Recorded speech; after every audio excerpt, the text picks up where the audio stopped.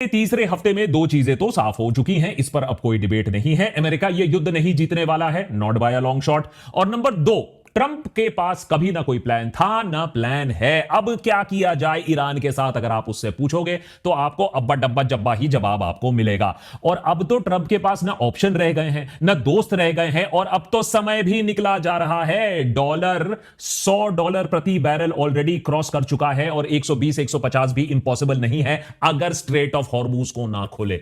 और उधर खुलना भी बहुत मुश्किल है, क्योंकि सारे जो एलाइज हैं ट्रंप के ग्रैंड प्लान को रिजेक्ट कर चुके हैं कि सारे देश एक साथ आएंगे और हॉर्मूज को खोल देंगे, दूसरे देश अपने नाव अपने युद्धपोत भेजेंगे। उन्होंने यह प्लान को मना कर दिया है, कहा है तुम्हारा रायता है, तुमने फैलाया है, तुम ही मानो। उधर इजराइल काफी बमबारी कर रहा है तेहरान के ऊपर। ऐसी बात नहीं है कि ईरान के ऊपर बमबारी नहीं हो रही है, लेकिन जितनी बमबारी हो रही है, जितने लीडर्स मारे जा रहे हैं, ईरान अपने पोजीशन पर उतना ही अड़ा रहा है। और उधर जो रीजनल बेसेस हैं, जो गल्फ कंट्रीज हैं, ताबड़तोड़ उन्हें तोड़ा जा रहा है। उनका इकोनॉमिक कॉस्ट दिन ब दिन बढ़े जा रहा है। और अमेरिका की जो एक ग्लोबल छवि थी, एक सुपर पावर की छवि थी, अब उसका मजाक उड़ाया जा रहा है। चाइना और रशिया तो पीछे पीछे हंस रहे थे। चाइना तो अब आगे भी स्टेप इन कर रहा है। पहले बोला था युद्ध रोको, अब तो कह रहा है मैं ह्यूमैनिटेरियन असिस्टेंस भी दूंगा। उधर चुपचाप इजराइल अपना ग्रेटर इजराइल का प्रोजेक्ट कंटिन्यू कर रहा है। अमेरिका का जो हालत हो होने दो, हम तो अपना कार्यक्रम आगे रखेंगे। 1 मिलियन से ज्यादा लोग लेबनान में डिस्प्लेस हो चुके हैं, क्योंकि हिजबुल्लाह को हराना था। गाजा को तबाह किया हमास के नाम पर, और अब हिजबुल्लाह के नाम पर लोगों को आप मार रहे हो। 1000 लोगों को लेबनान में ऑलरेडी मौत के घाट उतार दिया गया है। विलेजेस को डीपॉपुलेट किया जा रहा है, व्हाइट फॉस्फरस का इस्तेमाल किया जा रहा है, all in the name of fighting terror.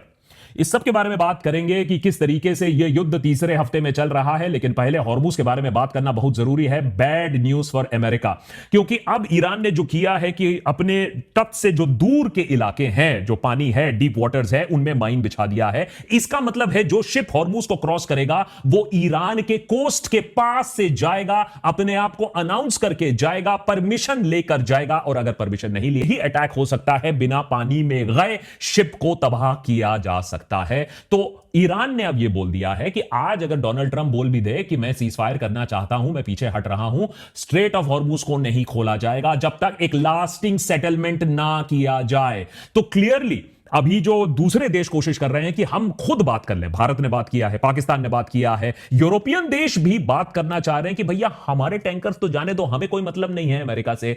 अब ईरान जानता है कि अगर अमेरिका से दूसरे देशों को वो अलग कर दे, उनमें वो फूट डाल दे, हॉर्मूज का इस्तेमाल करे, तो अमेरिकन पावर काफी कम हो सकता है।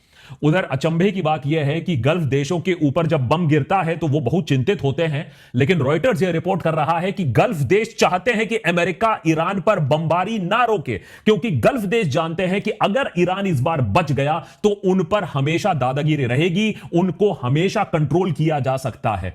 तो कॉस्ट ऑफ वॉर तो काफी ज्यादा है, इसीलिए गल्फ देश पीछे से अमेरिका को बोल रहे हैं कि तुम उनको ध्वस्त करते रहो, तुम उनका सर्वनाश करते रहो।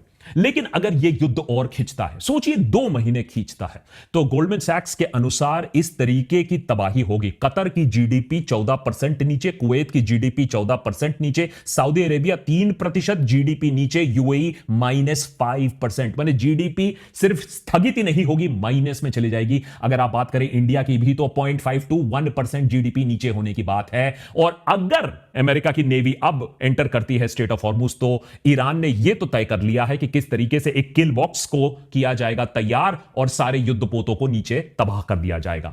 ट्रंप के बारे में कहा जाता है taco, Trump always chickens out. लेकिन देशभक्त पर आज हम एक नए शब्द को यहां बता रहे हैं आपको, वो है टैफो। क्या है टैफो? क्या नेतन्याहू सच में जिंदा है या मारे गए हैं? जानेंगे आज के एपिसोड में। वीडियो में आगे बढ़ने से पहले quick thanks to our episode partners उडू। जैसा कि हम सब देख रहे हैं, यूएस ईरान वॉर की वजह से दुनिया भर की सप्लाई चेन पर जबरदस्त इंपैक्ट पड़ा है, सभी चीजों के दाम बढ़े हैं। ऐसे माहौल में अगर आप किसी भी वेयर हाउस, सप्लाई चेन या स्टॉक मैनेजमेंट बिजनेस में हो, तो आपको तेजी से बहुत फैसले लेने होंगे। यहां आपको जरूरत पड़ेगी एक बहुत अच्छे इन्वेंटरी मैनेजमेंट ऐप की, और इसमें आपकी मदद करता है उडू। उडू का इन्वेंटरी ऐप आपको एक रिलायबल और फास्ट मैनर में आपकी इन्वेंटरी को मैनेज करने का ऑप्शन देता है। डैशबोर्ड के थ्रू आप ऑर्डर्स और सप्लाई चेन ऑपरेशंस का इंस्टेंट ओवरव्यू पा सकते हो। आपको अपने ऑर्डर्स की रियल टाइम विजिबिलिटी मिलती है। उडू इन्वेंटरी आपको परचेजेस प्लान करने, गुड्स ट्रैक करने, रूट्स ऑप्टिमाइज करने और वेंडर फॉलोअप्स को ऑटोमेट करने में मदद करता है ताकि कोई भी चीज मिस ना हो जाए। इसमें सीरियल नंबर्स, GS1 कोड्स और स्टोरेज ऑप्टिमाइजेशन का सपोर्ट है और यह शिपिंग कैरियर्स के साथ डायरेक्ट इंटीग्रेट